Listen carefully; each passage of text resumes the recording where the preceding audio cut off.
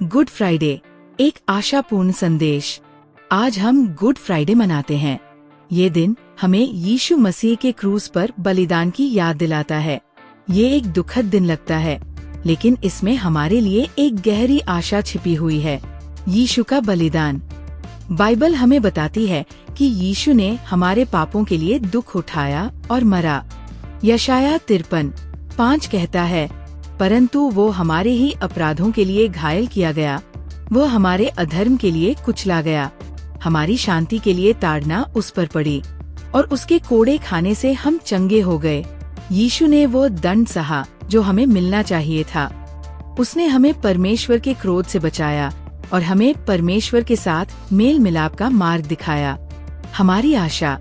Good Friday हमें यह भी याद दिलाता है कि दुख अंतिम शब्द नहीं है। यीशु की मृत्यु के बाद वह तीसरे दिन जी उठा। यह हमें दिखाता है कि परमेश्वर के पास अंधकार को प्रकाश में बदलने की शक्ति है, परंतु वास्तव में मसीह मृतकों में से जी उठा है और जो सो गए हैं उनमें पहला फल हुआ है। यीशु का पुनरुत्थान हमारी आशा का आधार है। ये हमें बताता है कि पाप और मृत्यु पर विजय।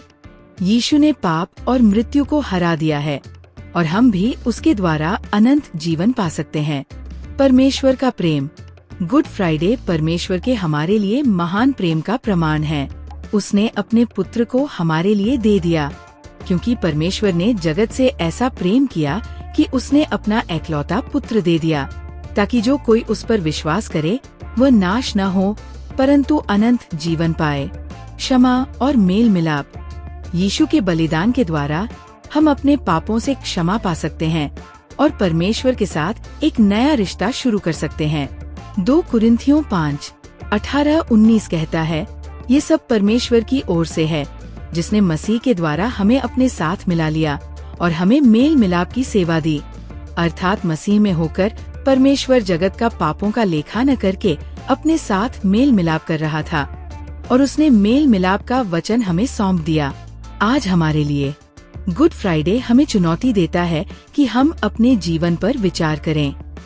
क्या हम अपने पापों से पश्चाताप करने और यीशु के बलिदान को स्वीकार करने के लिए तैयार हैं? क्या हम परमेश्वर के प्रेम को दूसरों के साथ साझा करने के लिए तैयार हैं?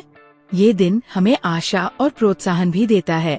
भले ही हम कठिन समय से गुजर रहे हों, हम जान सकते हैं कि परमेश्वर हमारे साथ है, वो हमें कभी नहीं छोड़ेगा।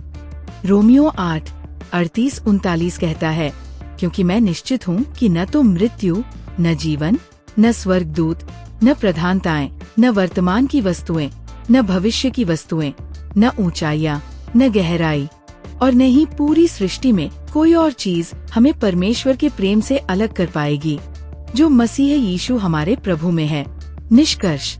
गुड फ्राइडे एक गंभीर दिन है, लेकिन ये एक आशापूर्ण दिन भी है। यह हमें यीशु के बलिदान और परमेश्वर के महान प्रेम की याद दिलाता है। यह हमें पश्चाताप करने, क्षमा पाने और परमेश्वर के साथ एक नया जीवन शुरू करने का अवसर देता है। तो आज हम यीशु के बलिदान के लिए धन्यवाद दें और उस आशा को गले लगाएं जो वो हमें देता है।